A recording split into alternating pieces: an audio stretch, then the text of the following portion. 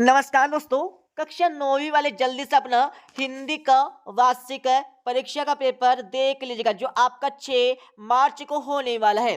बिल्कुल यही पेपर आपकी परीक्षा में छपने वाला है, इसलिए आप इस पेपर को पूरा अच्छे से पढ़ लीजिएगा, देख लीजिएगा, समझ लीजिएगा और याद कर लीजिएगा। आपको इस पेपर के उत्तर भी इसी वीडियो में मिलने वाले हैं। दोस्तों, पेपर को पूरा देखने से पहले जल्दी से आप इस वीडियो को लाइक कर दीजिएगा। इसके साथ ही आपको इस वीडियो को आपके सभी मित्रों के साथ शेयर कर देना है। तो इस पेपर का हमारा पहला क्वेश्चन दिया, सही विकल्प चुनकर लिखिए। ये आपकी परीक्षा में 6 नंबर के सही विकल्प पूछे जाने वाले हैं। तो आपका पहला सही विकल्प दिया है, हिंदी साहित्य का स्वर्ण युग माना गया है। इसमें आपको राइट आंसर या फिर आ वाला भक्तिकार लिखना है। दूसरा क्वेश्चन देख लीजिएगा, मेघ आए किसकी रचना है।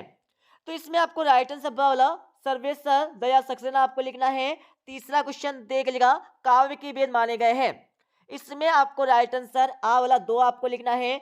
चौथा आपका सही विकल्प देख लीजिएगा, जूरी के साले का नाम था। इसमें आपको राइट आंसर सा वाला गया आपको लिखना है। पांचवा आपका सही विकल्प देख लीजिएगा, शब्दों के सार्थक योग को कहते हैं।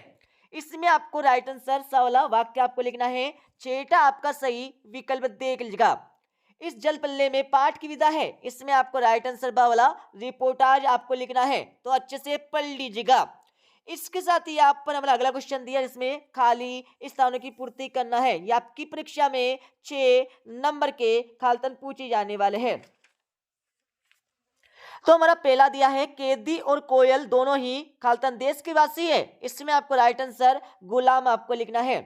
अब यहाँ पर दूसरा आपका खालतन देख लीजिएगा, छंद के अंतिम वर्णों की आवर्ती खालतन कहलाती है। इसमें आपको लिखना होगा तुक आपको लिखना है।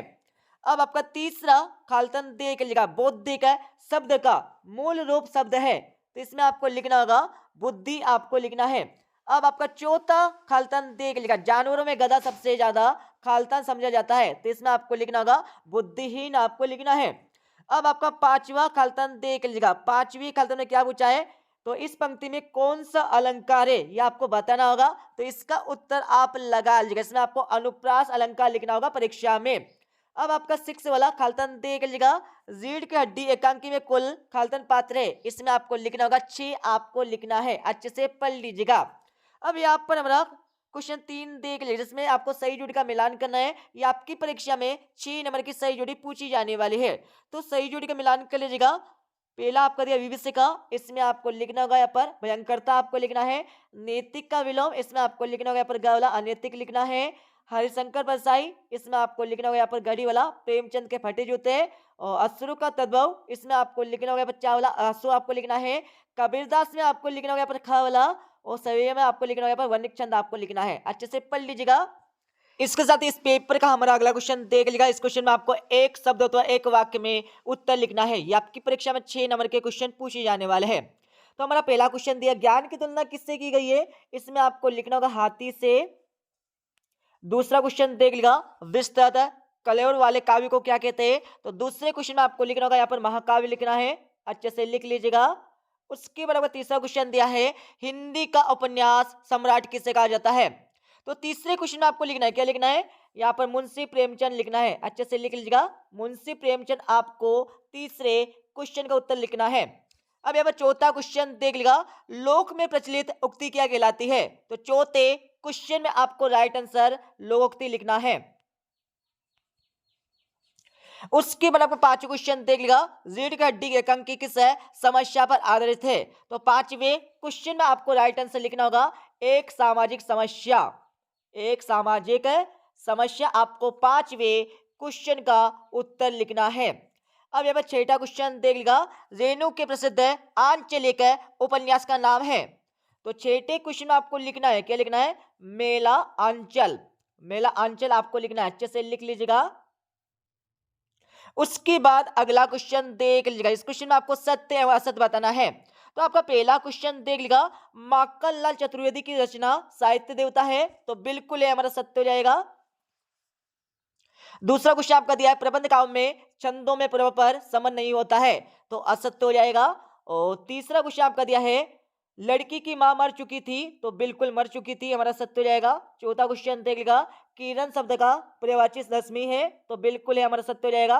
पांचवा क्वेश्चन आपका दिया है, उमा से शंकर का विवाह हो गया था, तो नहीं हुआ था, सत्य हो जाएगा। छठा देख लीजिएगा, कहानी गद्य की गौण विधा में आती है, तो बिल्कुल आती है, सत्य हो जाएगा। इसके साथ इस क्वेश्चन पेपर का हमारा अगला क्वेश्चन देख लीजिएगा, यहाँ पर दो दो नंबर के क्वेश्चन आपके दिए, तो हमारा छठा क्वेश्चन दिया है, छायावाद की कोई दो प्रमुख विशेषता आपको लिखना होगा। इसके साथ इसका तो क्वेश्चन देख लीजिएगा, प्रयोगवाद की आपको दो विशेषता लिखना है, अच्छे से याद कर लीजिएगा। और सातों क्वेश्चन आपका दिया है, ठीक है। सातवें के बाद आपका आठवां क्वेश्चन देख लीजिएगा, लता ने बादल रूपी मेहमान को किस तरह देखा और क्यों, इसके बारे में आपको लिखना होगा। इसका तो क्वेश्चन आपका दिया है, मान सरोवर से कवि कबीरदास का क्या आशय, इसके बारे में आपको लिखना होगा। तो अच्छे से इन प्रश्नों के उत्तर याद कर लीजिएगा। यहाँ पर हमारा 9 क्वेश्चन दिया है, हथकड़ियों को गहना क्यों कहा गया है, इसके बारे में आपको लिखना होगा। अतो क्वेश्चन देख लीजिएगा, कवित्री का घर जाने की चाह से क्या तात्पर्य है। अब यहाँ पर 10वां क्वेश्चन देख लीजिएगा, 10वें क्वेश्चन आपको यमक अलंकार की परिभाषा उदयन से लिखना होगा। इसके अति वाले क्वेश्चन आपको उत्प्रेक्षा अलंकार की परिभाषा उदयन से लिखना होगा। तो अच्छे से इन प्रश्नों के उत्तर को याद कर लीजिएगा। अब यहाँ पर 11वां क्वेश्चन दिया आपका, महाकाव्य और खंड काव्य में आपको दो अंतर लिखना है। अतव्य वाले क्वेश्चन में आपको प्रबंध काव्य और मुक्तक काव्य में आपको दो अंतर लिखना है। अब यहाँ पर 12वां क्वेश्चन आपका दिया है, एकांकी के आपको दो विशेषता लिखना होगा। अतव्य वाले क्वेश्चन में आपको निबंध लेखन के आपको दो विशेषता लिखना है। अब यहाँ पर 13वां क्वेश्चन देख लीजिएगा, 13वें क्वेश्चन में आपको क्या करना है, मुंशी प्रेमचंद अथवा महादेवी वर्मा की कोई दो रचनाएं लिखते हुए साहित्य में आपको स्थान लिखना है, अच्छे से याद कर लीजिएगा। 14वां क्वेश्चन आपका दिया है, कांजी होश में कैद पशुओं की हाजिरी क्यों ली जाती थी। 8वां क्वेश्चन देख लीजिएगा, छोटी बच्ची को बेलों के प्रति प्रेम क्यों उमड़ रहा है, इसके बारे में आपको लिखना होगा। इसके साथ आपको 15वां क्वेश्चन देख लीजिएगा, लेखक ने तिब्बत की यात्रा किस वेश में की, लिखना होगा। और 8वां क्वेश्चन देख लीजिएगा, किस घटना ने सालिम अली के जीवन की दिशा को बदल दिया, इसके बारे में आपको लिखना है। अच्छे से इन प्रश्नों के उत्तर को याद कर लीजिएगा। यहाँ पर 16वां क्वेश्चन आपका दिया है, मुहावरे एवं लोकोक्ति में आपको अंतर लिखना होगा। अतिवी वाले क्वेश्चन में आपको संधि एवं समास में आपको दो अंतर लिखना है। यहाँ पर 17वां क्वेश्चन देख ले, जो आपकी परीक्षा में 3 नंबर का क्वेश्चन पूछे जाने वाला है। बाढ़ में पीड़ित क्षेत्र में कौन कौन सी बीमारी फैलने का खतरा होता है, इसके बारे में आपको लिखना होगा। 8वां क्वेश्चन देख लेगा, मृदुला गर्ग अपनी नानी से क्यों प्रभावित थी, इसके बारे में आपको लिखना है। अब यहाँ पर 18वां क्वेश्चन देख लीजिएगा, ये आपकी परीक्षा में 3 नंबर का क्वेश्चन पूछे जाने वाला है। इस क्वेश्चन में आपको सबसे पहले परीक्षा में संदर्भ लिखना है, संदर्भ के बाद आपको प्रसंग लिखना है, प्रसंग के बाद आपको भावार्थ लिखना है। इसके साथ यहाँ पर 19 क्वेश्चन दिया, जिसमें आपको एक गद्यांश दिया, जो आपकी परीक्षा में 3 नंबर का आने वाला है। गद्यांश में आपको सबसे पहले संदर्भ लिखना होगा, संदर्भ के बाद आपको प्रसंग लिखना है, प्रसंग के बाद आपको वाक्य कर देना है। अब यहाँ पर हम 20वां क्वेश्चन देख लिया, जो आपकी परीक्षा में 3 नंबर का आने वाला है। अपने गांव या शहर पर एक अनुच्छेद आपको लिखना है।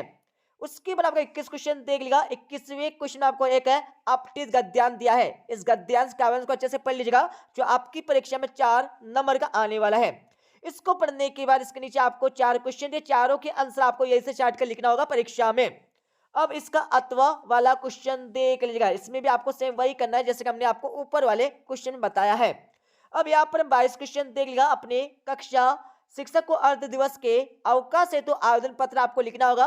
और अथवा क्वेश्चन में आपको आवेदन पत्र लिखना है, अच्छे से याद कर लीजिएगा। और 23वें क्वेश्चन में आपको क्या करना है, किसी एक विषय पर आपको रूपरेखा सहित आपको निबंध लिख देना है। तो एक अच्छे से निबंध याद कर लीजिएगा। तो इस प्रकार से हमारा कक्षा 9वीं का हिंदी का वार्षिक परीक्षा का पेपर कंप्लीट हो जाएगा।